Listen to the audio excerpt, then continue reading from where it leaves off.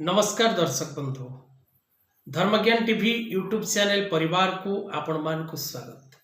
जो मित्र माने हमारी चैनल टी को लाइक शेयर और सब्सक्राइब करि नांती से माने लाइक शेयर और सब्सक्राइब करबा को कदापि भूलंतु नहीं।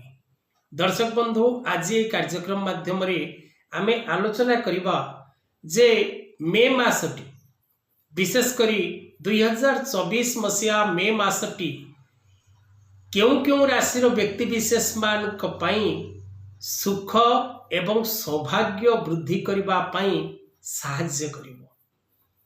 मे मासरे क्यों राशि चमक भाग्य, क्यों राशि व्यक्ति विशेष मान जीवन रे सुख समृद्धि वृद्धि पाइब, क्यों राशि व्यक्ति विशेष मान जीवन रे अनेक परिवर्तन आसिबो। कारण मे मास ठारू अनेक ग्रह मानकर चलन रही। तेणु मे मास ठारू विशेष करी जो राशि भाग्य वृद्धि घटिब एवं जो राशि भाग्य रे परिवर्तन आसिब से राशि गुड़िक विशेष करी अनेक दिन पर्यंत पूर्ण शुभ फल प्राप्त करिवे। स्वास्थ्य, संपद, भूमि, भवन, वाहन लाभ करिबार जोग प्राप्त करिवे। मे मासरु राजयोगर प्रस्तुति हेबो एवं मे मासरु जो राशि गुड़िक विषय रे आज ए कार्यक्रम रे आमे आलोचना करिबा से राशि व्यक्ति विशेष मान को जीवन रे चमकप्रद समय आसी। मे मासरु चमकिबो एही 5 राशि भाग्य। जो 5टी राशि भाग्य चमकप्रद हब, परिवर्तन हब, जो 5टी राशि व्यक्ति विशेष मान को जीवन रे सुख एवं सौभाग्य वृद्धि पाइब से 5टी राशि हाराहारी अनेक दिन पर्यंत सुख एवं सौभाग्य प्राप्त करिवे। तो दर्शक बंधु, मे मासरु विशेष करी जो 5 राशि विषय रे आमे आलोचना करिबा से माने प्रायतः 13 मास पर्यंत बा 1 वर्ष पर्यंत पूर्ण शुभ फल लाभ करिवे। तेबे से राशि गुड़िक विषय रे आलोचना करिबा पूर्वरु आमे क्यों दिगरे सेमानंकर परिवर्तन आसीबो से विषय रे प्रथम आलोचना करिबा। दर्शक बंधु,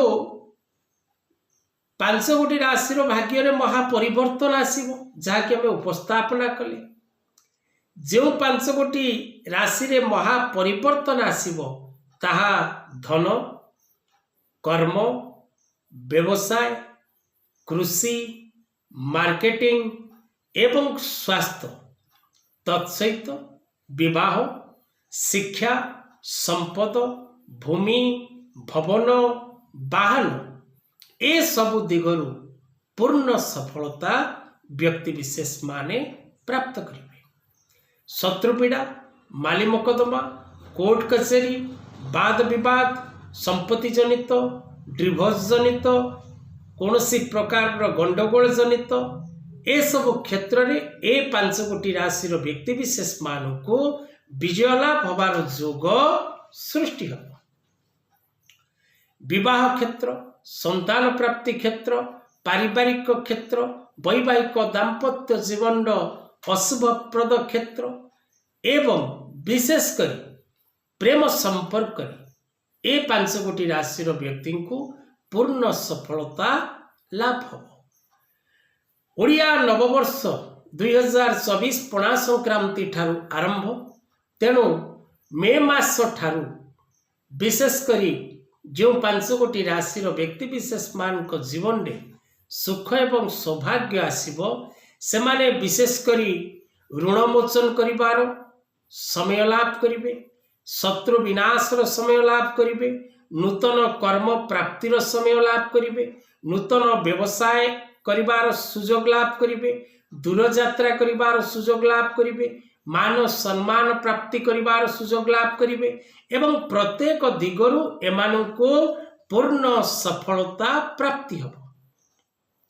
शिक्षा स्थान रे थिबा प्रत्येक छात्र छात्री माने शिक्षा क्षेत्र रे अग्रगति प्राप्त करिवे, शिक्षा क्षेत्र में नूतन शिक्षा लाभ करेंगे, शिक्षा निमंते दूर स्थान को यात्रा करेंगे, नूतन शिक्षा अनुष्ठान प्राप्त करेंगे, मन पसंदर शिक्षा ग्रहण करें एवं दूर यात्रा करने जो माने दूर यात्रा करने बहुत दिन रू प्रयास करुचंती विदेश यात्रा करने कर्म क्षेत्र जनित व्यवसाय क्षेत्र जनित बा जो माने ट्रांसफर पाई चाहूचंती, जो माने नूतन पद पदवी प्रमोशन पाई चाहूचंती, ये पांचटी राशि मध्यरु जदि आपणक राशि रही तेबे आपनको निश्चित भाव पूर्ण सफलता लाभ हो।